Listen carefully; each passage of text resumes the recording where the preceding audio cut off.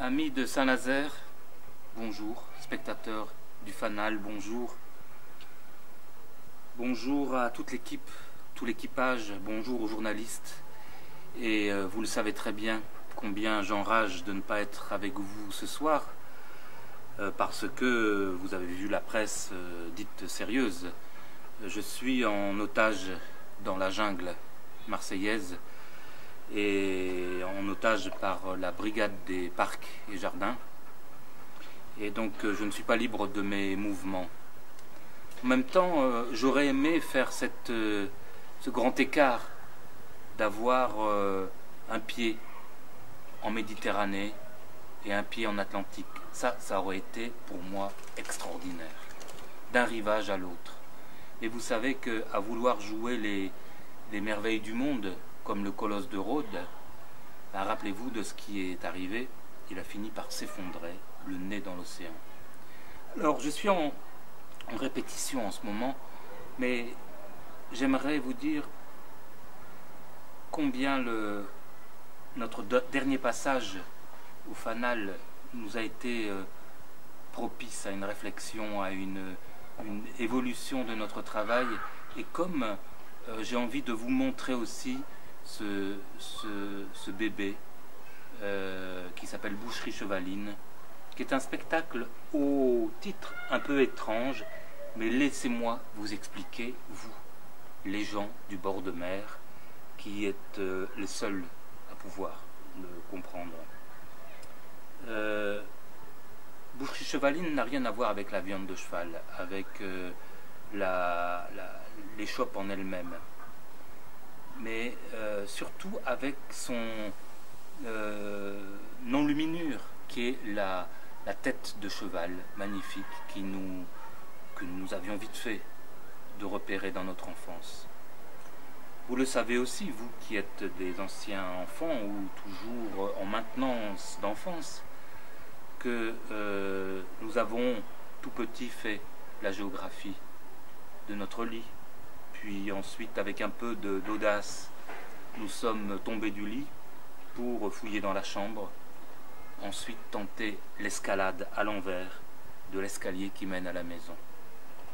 Il a fallu reconnaître la maison, la connaître, pousser la porte du jardin. On ne sait jamais où mène le jardin. Continue peut-être au-delà du mur. Le pire, c'est quand on pousse la porte de l'extérieur. Parce que là, il y a le monde entier qui apparaît. Passé la première frayeur, bien sûr, on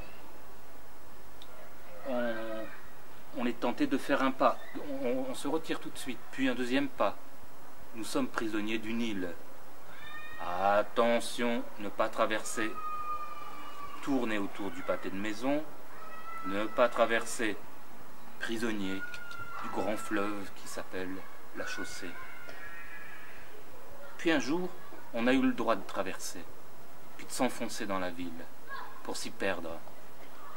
Mais les plus grands veillaient sur nous. Se perdre dans une ville, rien n'est plus facile, bien sûr. On avance, et on y va. Vas-y Nénès, la ville est belle, étrange, pleine de surprises, pleine de pièges aussi. Et on avance, mais il faut savoir retourner à la maison. Et c'est pour ça qu'on nous convie à prendre des points de repère. C'est ce qu'on appelle en mer, justement, des amers. C'est-à-dire que quand le bateau arrive en vue de la côte, il doit avoir des points en plein jour, des points fixes, ceux qui ne bougeront jamais. C'est-à-dire un clocher d'église, un piton rocheux, que sais-je, une tour en ruine. Là, il va pouvoir négocier son voyage. Eh bien, la tête de cheval, c'était pareil. Il fallait simplement, pour revenir, savoir qu'elle était dans l'autre sens.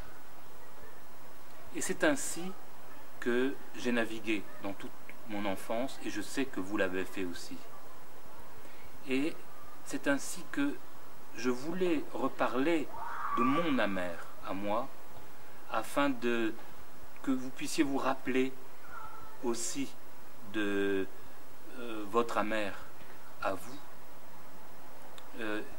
tout en sachant que nous sommes encore tous pris dans cette immense toile d'araignée à chercher chaque jour, à chaque instant, des points de repère, des visages aimés, des visages inconnus, des panneaux de signalisation, des couleurs interdites, des fleurs empoisonnées.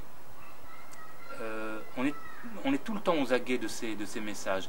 Et ce spectacle est comme ça, est livré avec une immense fragilité d'une enfant, d'une petite fille qui a, comme moi, vécu dans les faubourgs de Roubaix. C'était il y a bien longtemps, bien sûr, mais qu'importe, à vrai dire. Elle a vécu ce que j'ai vécu et ce que vous avez vécu aussi. Mais ça en devient tellement vrai que ça en devient une métaphore.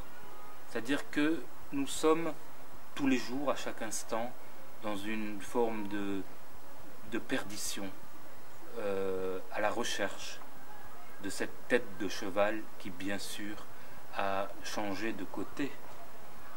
Et je vous rassure, grâce à cette merveilleuse actrice qui est Florence Mazur, elle va vous conduire avec ses éclats de rire, avec sa voix émouvante, dans sa perdition, à un tel point d'émotion que vous allez avoir envie de l'aider à voyager dans ce décor tout à fait fantomatique. On a l'impression que tout se transforme, que nous on ne bouge pas, mais que c'est la ville qui bouge.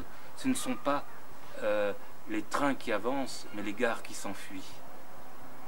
Et je me réjouis très sincèrement de votre visite à cette occasion.